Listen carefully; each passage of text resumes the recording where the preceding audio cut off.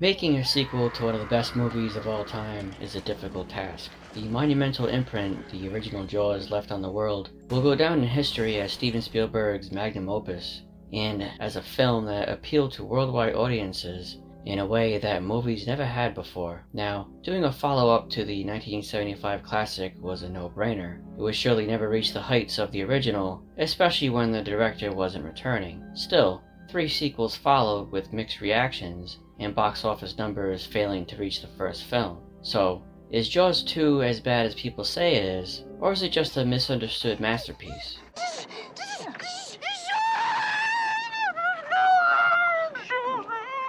Whereas the first movie is about 3 grown men dealing with responsibility and guilt, Jaws 2 focuses on disobedient teenagers. Do you always do what your parents tell you to? No. Good, then I'll be at the dock at 8. The young, rebellious victims are picked off one by one, the way a killer would do to a specific group of prey in a slasher film. That being said, the movie, as compared to the other 2 sequels, does feel the most similar to the OG Jaws. It continues and progresses the characters and many of the same elements of the first, and in that respect, Jaws 2 is a proper sequel. And while Part 4, Jaws the Revenge, depicts itself as a revenge story, of which it is, I would argue that Part 2 is a revenge tale as well. Brody even mentions this, which is ironic, because the first Jaws was actually a revenge story too. You don't think that if a shark was destroyed, that another shark could come in?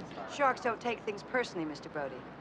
He was coming back from the island of Tinian to Lady, just delivered the bomb, the Hiroshima bomb. During the first scene, immediately after the orca sign is shown, we get a POV from the shark in the distance, suggesting the wrath of the great white from the first film isn't finished yet. The divers disrespect the memory of the orca by taking pictures of themselves, to which the shark quickly notices and takes them out. In the script, one diver even etches their names into the orca for salvage rights. The sunken boat, Quint, and the story of the original Jaws were supposed to be forgotten. Amity must move on.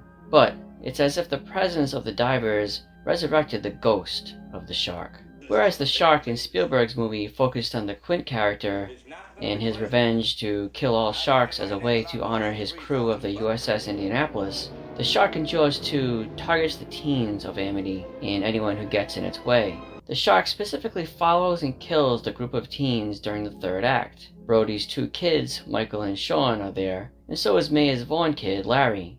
We don't get any solid backstory about the other teens and who they're related to, but it's safe to say their parents are also somehow connected to the first film. It's a small town. The locals have probably known each other for generations, and they likely share some type of secret that would symbolically hold their kids responsible. It's been done before, and better, for example, in A Nightmare on Elm Street.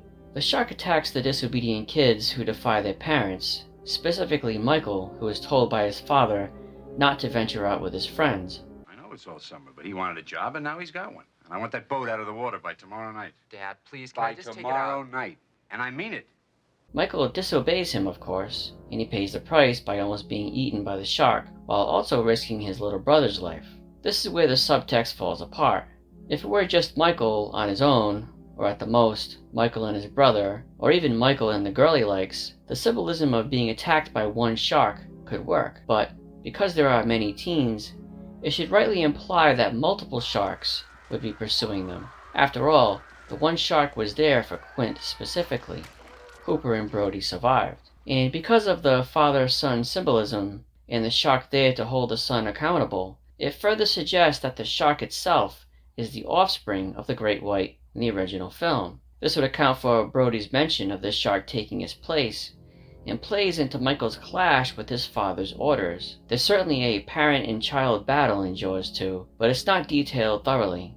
At the very least, the story should have been reworked so Michael kills the shark, to show that he's achieved his father's respect now. It would be his entry into adulthood by saving his dad. But Jaws 2 ends in a similar fashion, with Brody facing the beast just as he had before. The parent-child theme is actually used in Jaws 3 to no avail, other than a twist that there's still another shark, a bigger and angrier one, on the loose.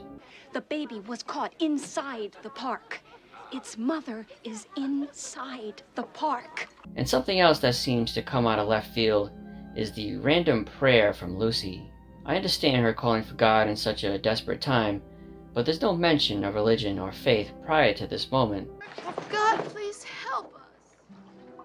Jesus, Holy Mary, Mother of Christ, please help us. And Lucy's call to God is strangely similar to Quint's death, in that once it happens, the shark doesn't kill anymore, and is then itself killed shortly after. It's as if the prayer solved their problems. It surely did for Lucy, as the shark spared her life. Oh my God,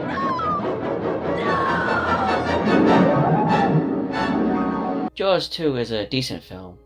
Not a masterpiece though. I know lots of people don't like it, but it has its good moments. It tries to create a proper extension of the characters, while implying there's something symbolic under the surface to teach the audience, but itself doesn't know what it is, or how to express it.